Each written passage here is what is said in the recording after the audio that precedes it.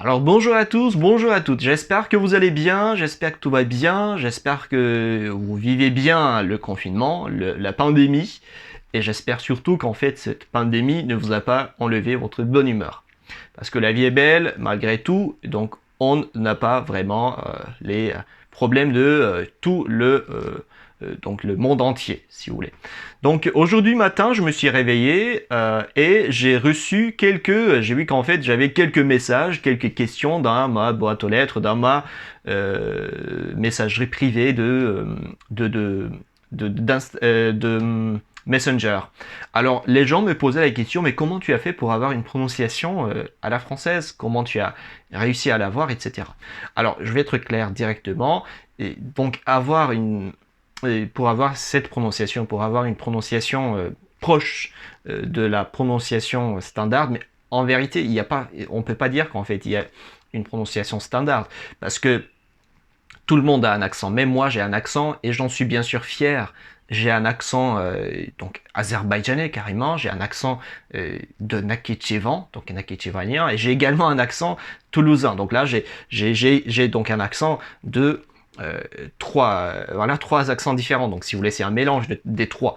Mais donc là comme je vous ai dit, donc il n'y a pas forcément une baguette magique. Il n'y a pas de baguette magique, donc là ne donc calmez-vous, donc là ne pensez pas que donc je vais vous donner une baguette magique et vous allez avoir donc une prononciation un peu voilà donc claire on va dire. Donc standard c'est pas un bon mot, mais une prononciation claire.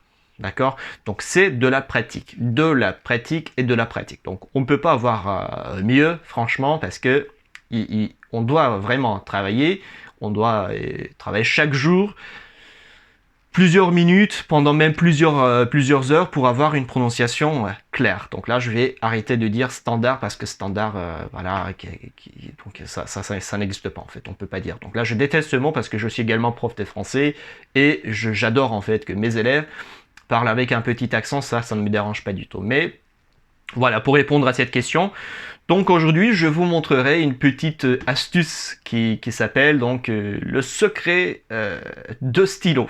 Donc il y a plusieurs professeurs qui utilisent donc cette méthode. Comment ça se passe? Ils mettent le stylo dans la bouche et ensuite ils commencent à faire de la lecture. Donc par exemple, donc cela, à quoi est-ce que ça sert? Ça sert à, donc comme vous voyez ici dans notre visage aussi, il y a des muscles.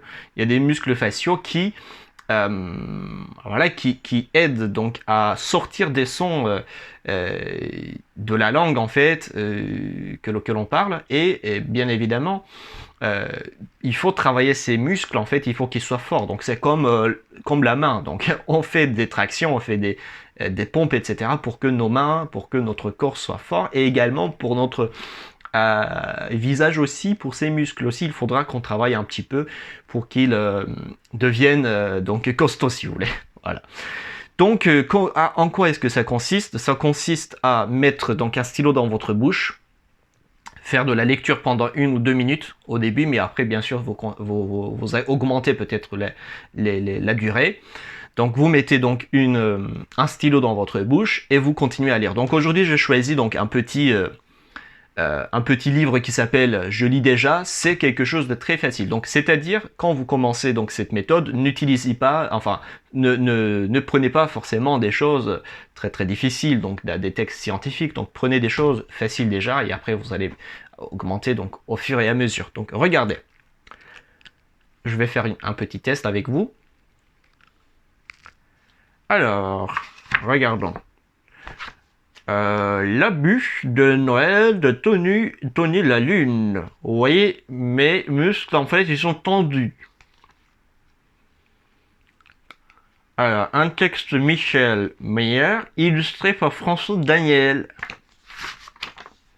Donc là, je vais lire un paragraphe. Les enfants, la Lune, sont 4.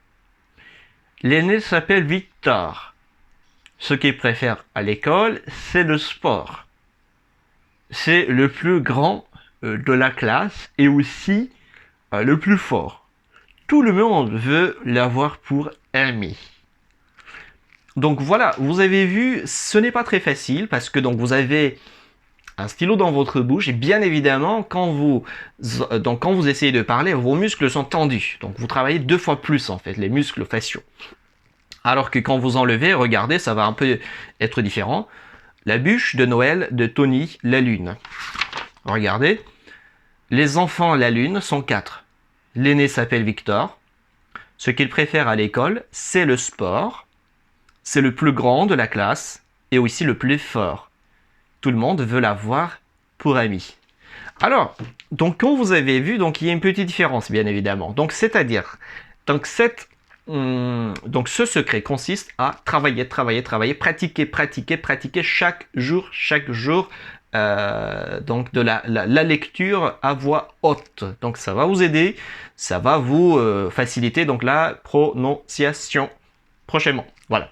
Demək əziz dostlar, mən biz bu hissəndə Azərbaycanca danışıram, çünki bayaqdan sadəcə fransızca danışıram ki, maraqlı olsun bəziləri üçün. Demək dostlar, bu metodu mən sizə öyrətdim ki, bəzi insanlar mənə sual verir ki, və sən necə elədin ki, fransızca heç aksanın yoxdur. Mən bunu qəti olaraq deməli kənara qoyuram, çünki mənim aksanım var. Azərbaycan dilində Naxçıvan ləhcəm vardı mənim və bundan fəxr edirəm açığı. Çox dəyişmək də istəmirəm, çünki mən Naxçıvanlıyam və düşünürəm ki, hər kəsin özünə məxsus bir ləhcəsi var və bunu tamamilə məhv eləmək, tamamilə ləğv eləmək düzgün bir şey deyil. Lakin səlis, yəni həmin ləhcədə belə səlis danışmaq, yəni mən məsələn fransızca Toulouse ləhcəsi ilə danışıram və biraz da Azərbaycan ləhcəm vardı. Bu ikisinin qarışığından danışıram. Yəni demək istədiyim odur ki, elə bizə lazım olan şey odur ki, biz başa düşülən danışaq. Bizə lazım olan deyil ki, biz sırf standart Paris ləhcəsi ilə danışaq və yaxud da sırf standart Bakı ləhcəsi ilə mən danışmağım ehtiyac yoxdur. Əsas odur ki, baxın, mən danışdığımı siz başa düşürsünüz, çünki səlisdir, çünki klərdir, çünki aydındır. Yəni bu aydın səsləri, aydın hərfləri, aydın tələffüzü çıxarda bilmək üçün mən sizə kiçik bir metod verdim. Həmin bu metod deməli ruçkanı ağzınıza qoyursunuz və nəticədə sizin üzünüzdəki əzələlər daha çox istifadə olunduğu üçün, daha çox işləndiyi üçün sizin tələffüzünüzdə bir dəyişiklik olacaqdır. Amma bunu bir gün eləmək lazım deyil də, bunu hardasa ən az 20 gün, bunu hər gün davam elətdirmək lazımdır ki, bunun nəticəsini siz aydın olaraq görəsiniz. Ləhcənizdən qorxmayın, ləhcəniz varsa lap yaxşı, bu böyük bir orijinallıq verir sizə və bu sizin kimliyinizdir. Çox işləsəniz əlbəttə çalışıb Paris ləhcəsinə belə çata bilərsiniz, tam məhv eləyə bilərsiniz ləhcənizi, amma buna ehtiyac yoxdur. Sadəcə çalışın ki, səlis, səsləri düzgün tələffüz eləyin, bu yetərlidir. Belə özünüzə yaxşı baxın, suallarınız olsa buyurun. Hələlik, sağ olun.